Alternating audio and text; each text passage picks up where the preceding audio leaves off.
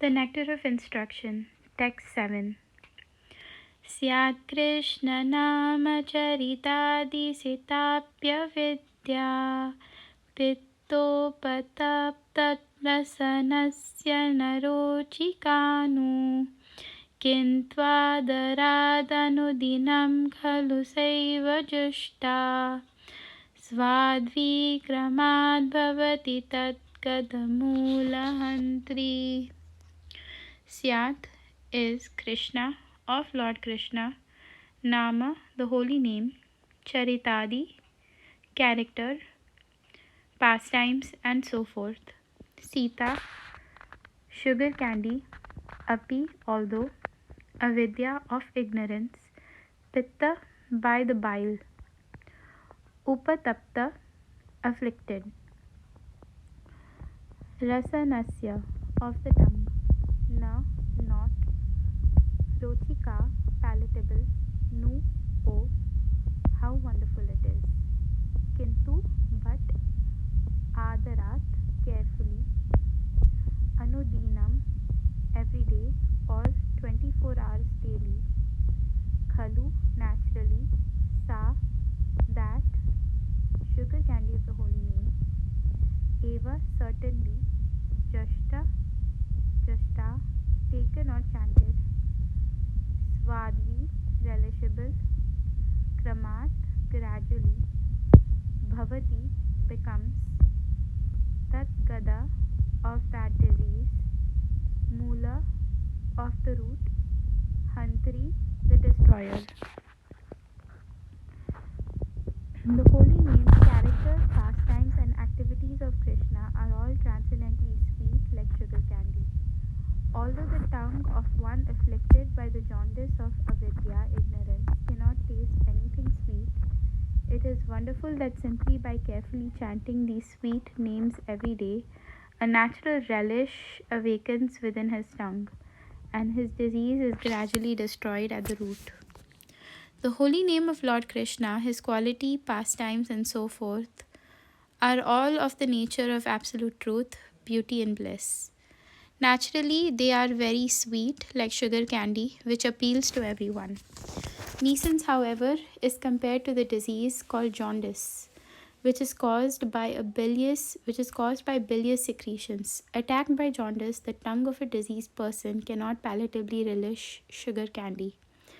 Rather, a person with jaundice considers something sweet to taste very bitter.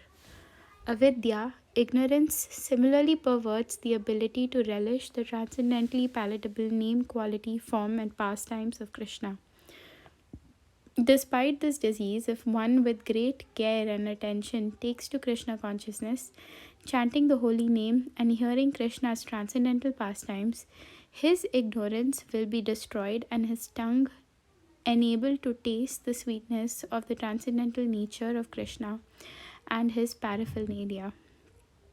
Such a recovery of spiritual health is possible only by the regular cultivation of Krishna consciousness. When a man in the material world takes more interest in the materialistic way of life than in Krishna consciousness, he is considered to be in a diseased condition. The normal condition is to remain an eternal servant of the Lord. Jivera Swarupahai Krishnera Nityadas. CC Madhya 20.108. This healthy condition is lost when the living entity forgets Krishna due to being attracted by the external features of Krishna's Maya energy. This world of Maya is called Durashraya, which means false or bad shelter. One who puts his faith in Durashraya becomes a candidate for hoping against hope. In the material world, everyone is trying to become happy, and although their material attempts are baffled in every way due to their nescience, they cannot understand their mistakes. People try to rectify one mistake by making another mistake. This is the way of the struggle for existence in the material world. If one in this condition is advised to take to Krishna consciousness and be happy, he does not accept such instructions. The Krishna consciousness movement is being spread all over the world just to remedy this gross ignorance.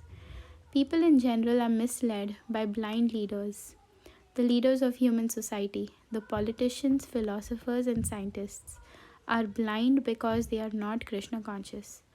According to Bhagavad Gita, because they are bereft of all factual knowledge due to their atheistic way of life, they are actually sinful rascals and are the lowest among men. न मां दुष्कृतिनो मूढा प्रपद्यन्ते नराधमा मायया परतज्ञाना आसुरं भावमाश्रिता. Those miscreants who are grossly foolish, lowest among mankind, whose knowledge is stolen by illusion, and who partake of the atheistic nature of demons, do not surrender unto me. Bhagavad Gita 7.15. Such people never surrender to Krishna, and they oppose the endeavor of those who wish to take Krishna's shelter. When such atheists become leaders of society, the entire atmosphere is surcharged with nuisance. In such a condition, people do not become very enthusiastic to receive this Krishna consciousness movement. Just as a diseased person suffering from jaundice does not relish the taste of sugar candy. However, one must know that for jaundice, sugar candy is the only specific medicine.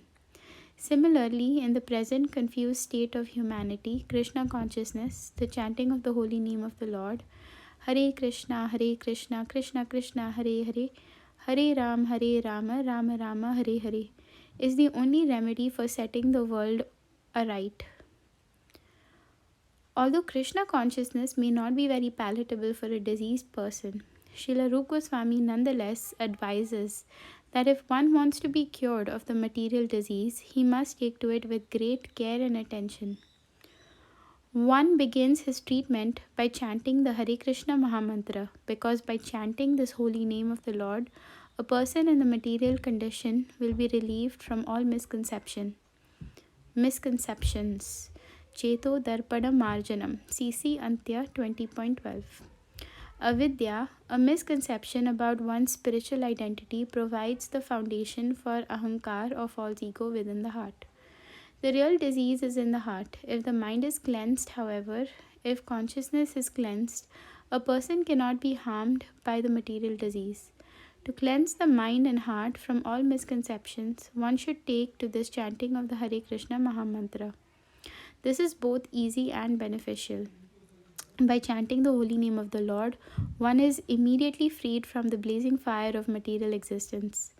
There are three stages in chanting the holy name of the Lord: the offensive stage, the stage of lessening offenses, and the pure stage. When a neophyte takes to the chanting of the Hare Krishna mantra, he generally commits many offenses. There are 10 basic offenses, and if the devotee avoids these, he can glimpse the next stage, which is situated between offensive chanting and pure chanting. When one attains the pure stage, he is immediately liberated. This is called Bhava Mahadavagni Nirvapanam.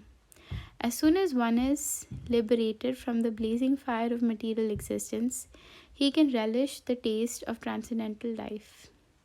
The conclusion is that in order to get free from the material disease, one must take to the chanting of the Hare Krishna mantra.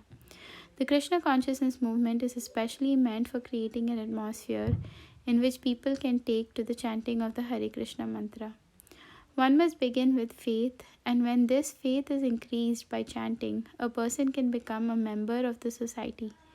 We are sending Sankirtan parties all over the world, and they are experiencing that even in the remotest part of the world where there is no knowledge of Krishna, the Hare Krishna Mahamantra attracts thousands of men to our camp. In some areas, people begin to imitate the devotees by shaving their heads and chanting the Hare Krishna Mahamantra only a few days after hearing the mantra. This may be imitative, but imitation of a good thing is desired.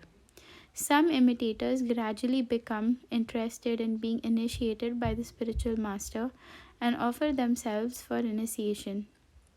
If one is sincere, he is initiated, and this stage is called Bhajan Kriya. Then one actually engages in the service of the Lord by regularly chanting the Hare Krishna Mahamantra 16 rounds daily and refraining from illicit sex, intoxicants, meat eating, and gambling. By Bhajan Kriya, one attains freedom from the contamination of materialistic life. He no longer goes to a restaurant or hotel to taste so called palatable dishes made with meat and onions, nor does he care to smoke or drink tea or coffee. He only refrains from illicit sex but avoids sex life, and he not only refrains from illicit sex but avoids sex life entirely, nor is he interested in wasting his time in speculating or gambling. In this way, it is to be understood that one is becoming cleansed of unwanted things, anartha vritti. The word anartha refers to unwanted things. Anarthas are vanquished when one becomes attached to the Krishna consciousness movement. When a person is relieved from unwanted things, he becomes fixed in executing his Krishna activities. Indeed, he becomes attached to such activities and experiences ecstasy in executing devotional service. This is called bhava, the preliminary awakening of dormant love of Godhead. Thus, the conditioned soul becomes free from material existence and loses interest in the bodily conception of life, including material opulence, material knowledge, and material attraction of all variety. At such a time, one can understand who the Supreme Personality of Godhead is and what is His Maya, and what His Maya is.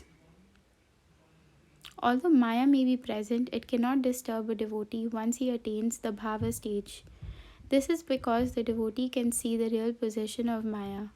Maya means forgetfulness of Krishna, and forgetfulness of Krishna and Krishna consciousness stand side by side like light and shadow. If one remains in shadow, he cannot enjoy the facilities offered by light, and if one remains in light, he cannot be disturbed by the darkness of shadow. By taking to Krishna consciousness, one gradually becomes liberated and remains in light. Indeed, he does not even touch the darkness, as confirmed in Chaitanya Charitamrita Madhya 22.31.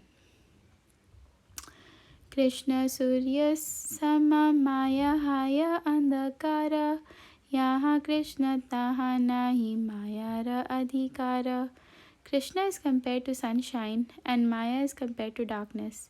Wherever there is sunshine, there cannot be darkness. As soon as one takes to Krishna consciousness, the darkness of illusion, the influence of the external energy, will immediately vanish.